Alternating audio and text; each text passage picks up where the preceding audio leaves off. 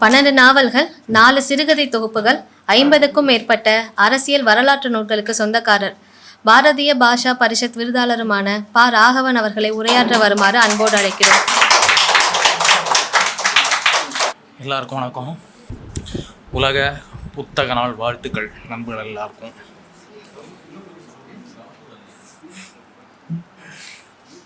இப்போ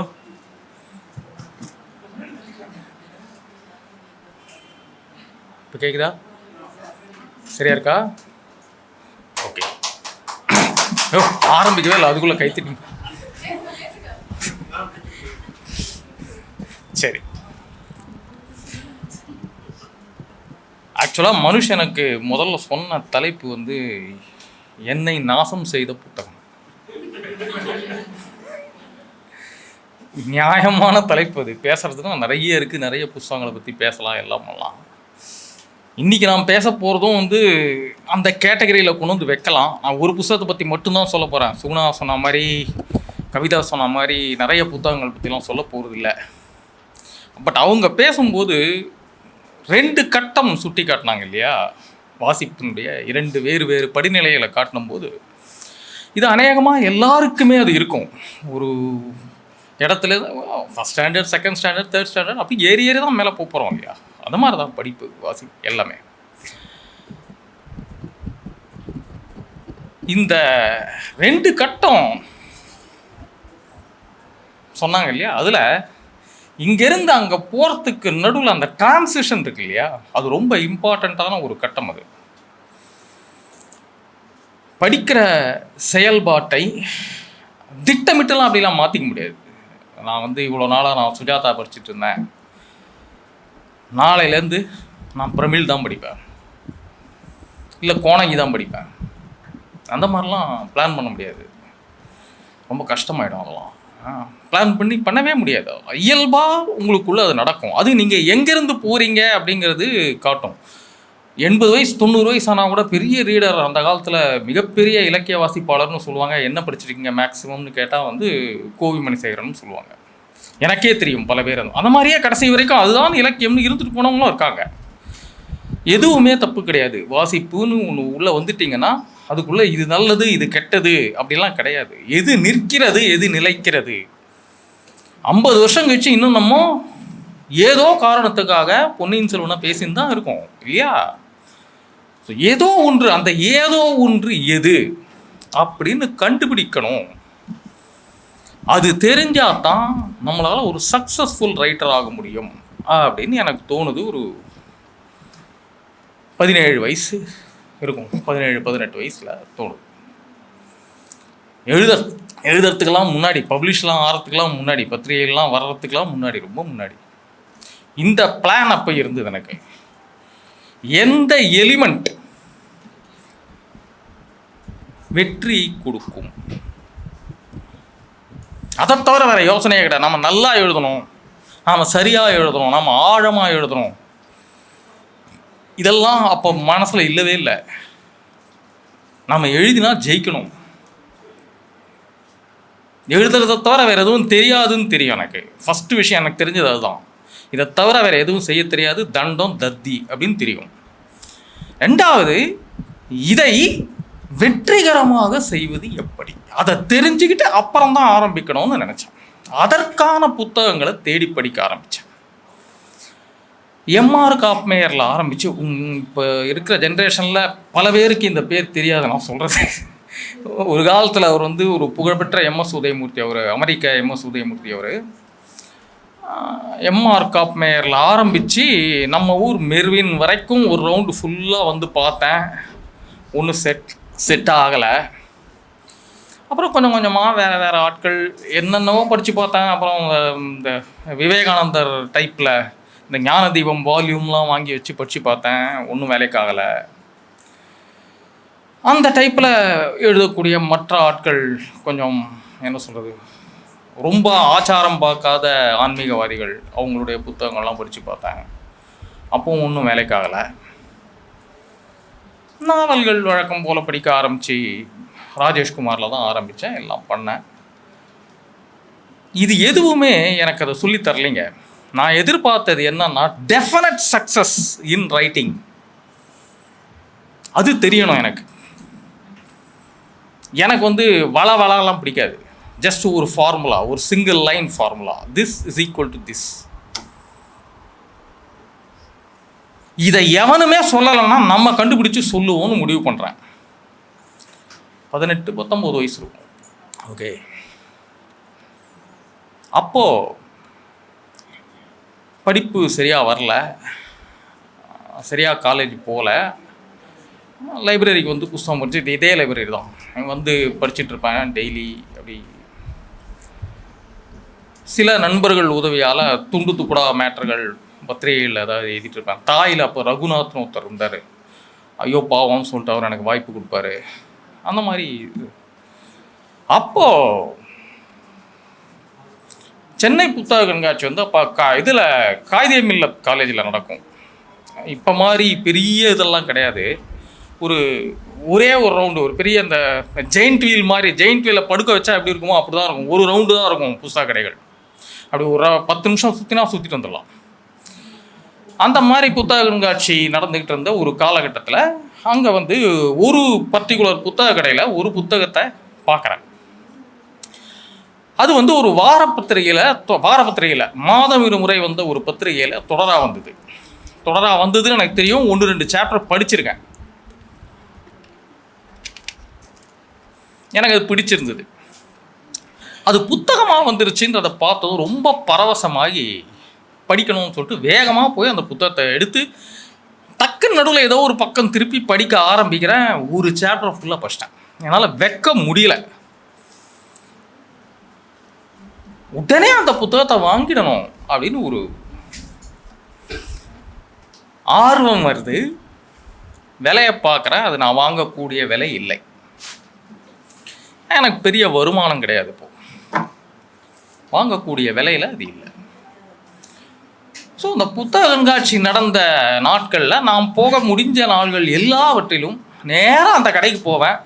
அன்றைக்கி அவங்க முறைக்கிற லெவலுக்கு முன்னாடி எவ்வளோ படிக்க முடியுமோ அதை படிச்சுடுவேன். படிச்சுட்டு வச்சுட்டு வந்துடுவேன். அடுத்த வருஷமும் அந்த புத்தகத்தை அதே புத்தக கண்காட்சி காயிதே மில்லத்தில் தான் பார்த்தேன். அந்த வருஷமும் அதை வாங்கிறதுக்கான தகுதி எனக்கு வரல. ஆனால் அப்போ வாங்கித்தரேன் அப்படின்னு என்கிட்ட போதாமல் இருந்த பணத்தை ஃபில்லப் பண்ணக்கூடிய ஒரு நண்பன் அப்போ கிடச்சான். நான் வாங்கித்தரேன் அப்படின்னு சொல்கிறதுக்கு ஒரு ஆள், எக்ஸ்ட்ரா காசை நான் போட்டு தரேன் அப்படின்னு சொல்கிறதுக்கு. 200 ரூபா நினைக்கிறேன் அப்போ அந்த புத்தகத்தோட விலை. அந்த வருஷம் போனபோது அடுத்த பதிப்பு விலை ஏற்றிட்டாங்க 250 ரூபா. ஸோ அப்போவும் அதை வாங்கலை. அந்த அவமான உணர்ச்சி என் லைஃப்பில் அதுக்கப்புறம் நான் வேறு எப்போவுமே அனுபவிச்சதில்லை. ஒரு 250 ரூபா பெறாத ஒரு வெட்டியாக நம்ம வாழ்ந்துட்டுருக்கோம் மேடம், ஒரு ரொம்ப கேவலமாக ஃபீல் பண்ணேன். அதுக்கு அடுத்த வருஷம் எனக்கு உருப்படியாக வேலை கிடச்சிருச்சு, செட்டில் ஆகிட்டேன். அடுத்த புத்தக கண்காட்சியில் அந்த புத்தகத்தை வாங்கிட்டேன். வாங்கும்போதே 2 பிரதியாக வாங்கினேன். கவிதா சொன்னாங்க இல்லையா, எடுத்துகிட்டு போயிடுவாங்க. எனக்கு அது நிறைய நடக்கும். அப்போல்லாம் எனக்கு நிறைய பேர் வந்து புத்தகத்தை எடுத்துகிட்டு போயிடுவாங்க. அதனால் வாங்கும்போதே 2 பிரதியாக வாங்கினேன். இதில் என்ன ஆச்சரியத்துக்குரிய விஷயம் என்னன்னா, அப்படி நான் தேடி தேடி ஏங்கி வேண்டி கண்ணால் தண்ணி விட்டு கதறலை, மீதெல்லாம் பண்ணிட்டேன். அப்படி ஏங்கி வாங்கிய ஒரு புத்தகம் ஒரு ப்ராப்பர் ரைட்டரால் எழுதப்பட்ட புத்தகம் அல்ல. அது ஒரு சிறந்த இலக்கியமா அப்படின்னு கேட்டால் சத்தியமாக கிடையாது. இலக்கியமே கிடையாது. ஃபஸ்ட்டு ஒரு நல்ல நான் ஃபிக்ஷன். நல்ல நான் ஃபிக்ஷனானு கேட்டால் கிடையாது. சுமாரான நான் ஃபிக்ஷன். மொழி விளையாடல்கள் அதிகம் இருக்கும். டி ராஜேந்தர்லாம் பிச்சைவான்.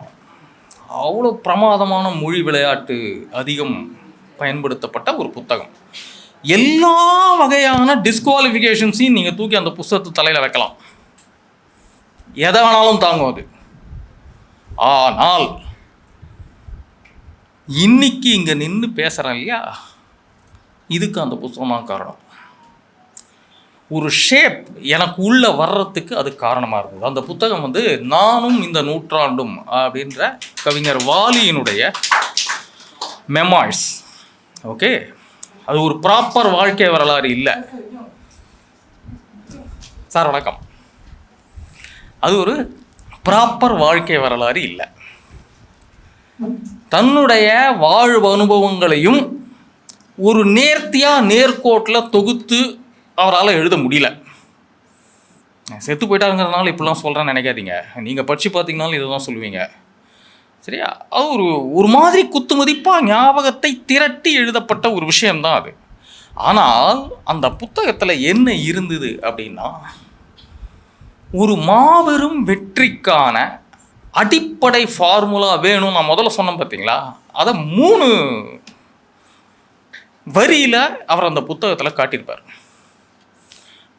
இதை நீங்கள் வேறு எந்த துறை, எழுத்துன்னு இல்லை, எந்த துறைக்கு நீங்கள் அப்ளை பண்ணலாம். அதை மிகப்பெரிய வெற்றி, சந்தேகத்துக்கு இடமில்லாத வெற்றி, நீடித்த வெற்றிக்கு 3 வழி சொல்லுவார். 1, பெருசாக ரிஸ்க் எடுக்கக்கூடாது, எடுத்தே தீரணும்னா கால்குலேட்டட் ரிஸ்க்காக இருக்கணும். அதாவது ஷேர் மார்க்கெட்டில் பணம் போடாத, மியூச்சுவல் ஃபண்டில் போடுங்கிற மாதிரி. அது ஒரு கால்குலேட்டட் ரிஸ்க் இருக்கலாம், அதுக்கு மேலே போகக்கூடாது. 1. 2வது, ஒவ்வொரு காலகட்டத்தோடும் அந்த காலகட்டத்தில் நடக்கக்கூடிய விஷயங்களோடும் மிக நேரடியான அப்பட்டமான தொடர்பு எழுதுறவனுக்கு இருந்துக்கிட்டே இருக்கணும்.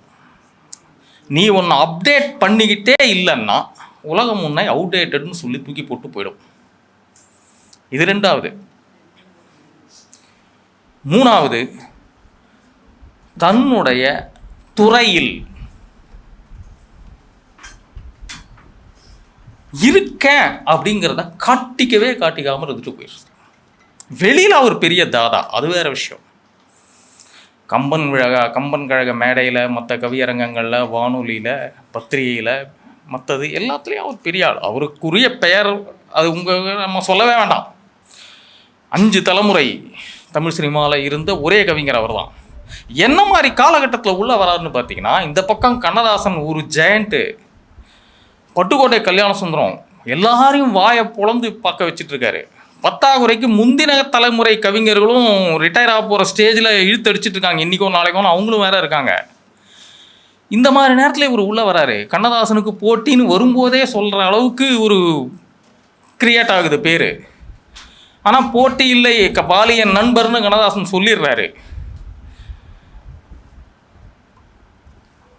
கண்ணதாசன் இருந்த வரைக்கும் கூட கொஞ்சம் கூட குறைவில்லாமல் தனக்கு கிடைத்த எல்லா வாய்ப்பையும் பயன்படுத்தி பல பாட்டில் கண்ணதாசன் மாதிரியே இருக்குன்னுலாம் சொல்லி அவரை வெறுப்பேற்றிருக்காங்க.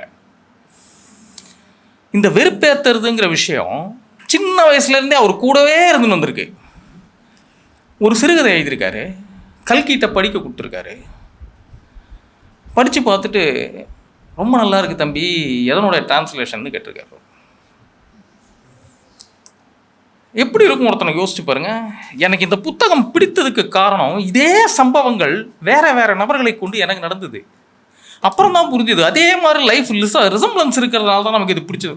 அது அல்ல, காரணத்தை நான் பின்னாடி சொல்கிறேன்.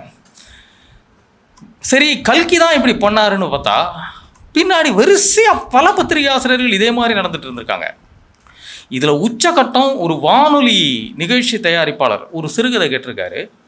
இவர் சிறுகதை எழுதி அனுப்பியிருக்காரு. ஃபோன் பண்ணி கூப்பிட்டு, உங்கள் கதை ரொம்ப நல்லா இருக்குது, ஆனால் இந்த வருஷம் நான் படிக்க முடியாது வானொலியில், எனக்கு வேற எழுதி கொடுங்க, வேற வருஷம், கதையெல்லாம் மாற்ற வேண்டாம், கதை கருவெல்லாம் அப்படியே இருக்கட்டும், வருஷன் மட்டும் மாற்றி கொடுங்க அப்படின்னு சொல்லி கேட்குறாரு. இவர் எதிரியே உட்காந்து பரபரன்னு வேற எழுதி கையில் கொடுத்துருக்காரு. அதை படித்து பார்த்துட்டு கண் கலங்கிட்டாராம். கண் கலங்கிட்டு, சாரிங்க நான் இதை போட போகிறதில்ல, நீங்கள் முதல்ல கொடுத்த வருஷனை தான் போட போகிறேன், யூஸ் பண்ண போகிறேன். அப்போ எதுக்கியா இன்னொன்று எழுத சொன்னேன்னா, இல்லை ரொம்ப அருமையான மொழி நட, உங்களுக்கு தமிழ் விளையாடுது, நிஜமாகவே இந்த வயசுக்கார பையன் தான் எழுதினானான்னு பார்க்கணும், அதுக்காக தான் உங்களை எதிர நான் எழுத சொன்னேன் அப்படின்னு அவர் சொல்லியிருக்காரு. கிட்டத்தட்ட இதே சம்பவம் 19 வயசில் நான் ஒரு கதை எழுதி கனையாழிக்கு அனுப்பின போது கஸ்தூரங்கனை நேரில் வர சொல்லி பார்த்தாரு. ஒன்றுமே பேசலை, எதுவுமே பேசலை. இப்படி மேலே பார்த்தாரு, இப்படி கீழே பார்த்தாரு, எல்லாம் பார்த்துட்டு, நீங்கள் தான் பாராகணும். ஆமாம் சார். சரி 19 வயசுன்னு போட்டிருக்கீங்க, நிஜமாவே 19 தானே இந்த கதை எழுதும்போது நேரில் பார்க்கறதுக்கு தான் கூப்பிட்டேன்னு சொன்னார். இதுக்கு சாட்சியும் ஒருத்தர் உண்டு, அவர் என் நண்பர் தான் இருக்கார். அவர் சிரித்தார், நீங்கள் கிளம்புங்க அப்படின்ட்டார். அவ்வளோதான், ஒரே வார்த்தை. இதுக்காக நான் குரோம்பேட்டிலேருந்து சைக்கிள் மிதிச்சுட்டு ஆழ்வார்பேட்டைக்கு போனேன் அவர் பார்க்கறதுக்காக, நான் 19 வயசு தான் நிரூபிக்கிறதுக்காக. இந்த சம்பவங்கள் நான் சொன்னேன் இல்லையா, கல்கி கதையை வந்து இது பண்ணாருன்னு. திரும்ப திரும்ப ஒரு கதையை அனுப்பி அதே கல்கி நல்லா இல்லைன்னு சொல்லி ரிஜெக்ட் பண்ண போய் இவர் போய் கேட்டிருக்காரு, என்ன நல்லா இல்லை, எதனால் நல்லா இல்லைன்னு சண்டை போட்டிருக்காரு. கொஞ்ச நாள் கழிச்சு உங்களுக்கே புரியுங்க போங்க அப்படின்னு கல்கி சொல்லியிருக்காரு. காரணம் சொல்லலை. இனி நீயா கேட்டாலோடையோ உன் பத்திரிகை எழுத மாட்டேயான்னு காரசாரமாக ஒரு லெட்டர் போட்டு மறந்துட்டுருக்காரு. கிட்டத்தட்ட இதே சம்பவங்க. ஒரு நாளைக்கு ஒரு சிறுகதை வீதம், சனி ஞாயிறு லீவு, திங்கள் டு வெள்ளி ஒரு நாளைக்கு ஒரு சிறுகதை வீதம் கண்டினியூஸாக நான் வந்து 100 கதை குமுதத்துக்கு அமிச்சேன். வெறி, அவ்வளோ வெறி. ஒரு காலத்தில் ஒரு கதை கூட பப்ளிஷ் ஆகலை 100ல். ரொம்ப காண்டாகி குமுத் ரிப்போர்ட்டர் ஒருத்தர் அப்போ ஒரு குரோம்பேட்டில் இருந்தார், பாமா கோபாலன்னு சொல்லிட்டு, இப்போ காலமாயிட்டார். அவர்கிட்ட போயிட்டு இந்த மாதிரி நடந்தது, உங்கள் பத்திரிக்கை ஃப்ராடு சார், நீங்கள் யாரையும் படிக்கிறதே இல்லை, உங்களுக்கு வேண்டப்பட்ட 4 பேரை மட்டும்தான் பப்ளிஷ் பண்ணுறீங்க, மற்றவங்களெல்லாம் மதிக்க மாட்டேறீங்க, ஒரு நாள் இல்லை ஒரு நாள் நான் யாருன்னு உங்களுக்கு காட்டுறேன் பாருங்கள் சார் அப்படிலாம் சவால் விட்டு அவர் போய் வேலை மனைக்கிட்டு ராக்கி ரங்கராஜன்ட்டு இந்த விஷயத்த சொல்லி தயவு செஞ்சு எடுத்து பாருங்கள். ரங்கராஜன் எல்லா கதையும் எடுத்து பார்த்துருக்காரு. ரிஜெக்ட் ஆன அத்தனை கதையும் பார்த்துட்டு ரிஜெக்ட் ஆனது நியாயம்தான் நான் சொன்னேன்னு சொல்லிடுங்க அப்படின்னா செம்ம காண்டாயிட்டா ரங்கராஜன் மேலே.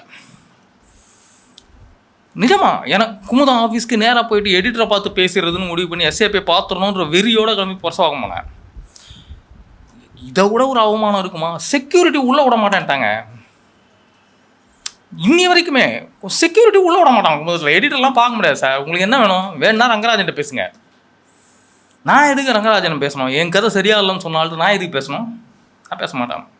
எடிட்டர் தான் பார்க்கணும். பார்க்க முடியாது. நான் கடைசி வரைக்கும் அனுமதிக்கவே இல்லை. வெளில நின்று ஒரு அந்த காலத்து தமிழ் சினிமா ஹீரோயின் மாதிரி ஒரு வீர சபதம்லாம் போட்டேன். ஒரு நாள் இதே செக்யூரிட்டி கதவை எனக்காக திறந்து விடுவான், நான் வருவேன்டா, எடிட்டராக வந்து உட்காருவேன்டா அப்படின்னு சபதம் போட்டு நடந்தது. போனேன். ஆனால் கதைக்காக அல்ல, அது கதைக்காக அல்ல, பட் அது நடந்தது. இதே விஷயம் கல்கிலேயே நடந்தது. பிஎஸ் மணி குண்டுமணி இருந்தார் இல்லையா, அவர்கிட்ட போய் சண்டை போட்டேன்.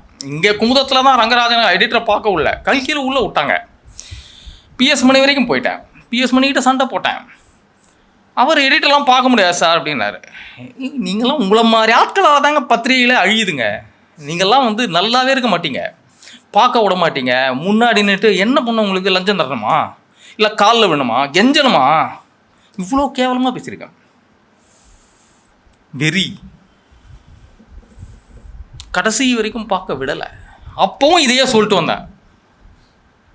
ரைட் சார், உங்கள் சேரில் ரொம்ப நாள் நீங்கள் உட்கார மாட்டீங்க, உங்களுக்கு அப்புறம் நான் வந்து உட்காருவேன்னு சொல்லிட்டு இருந்தேன். அதுவும் நடந்தது. பிஎஸ் மணி சேரில் தான் நான் கல்கியில் உட்காந்தேன்.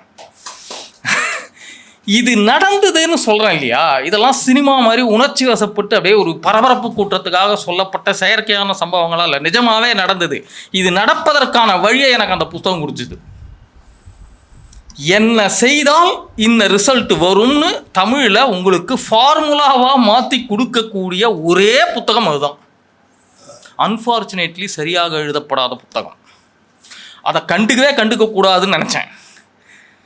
இன்னே வரைக்கும் திரும்ப திரும்ப படிக்கிறேன் அந்த புத்தகத்தை. பல தடவை எடுத்து படிப்பேன். அது எந்த வகையிலையும் என்னுடைய எழுத்து வாழ்க்கைக்கோ மற்றதுக்கோ எனக்கு உதவி செய்யலையே. நான் வாலியை வந்து என்னுடைய எழுத்து முன்னோடியாக நினச்சதே கிடையாது. அந்த டைப் ஆஃப் ரைட்டிங் எனக்கு ஒத்து வராது, அதெல்லாம் வேற.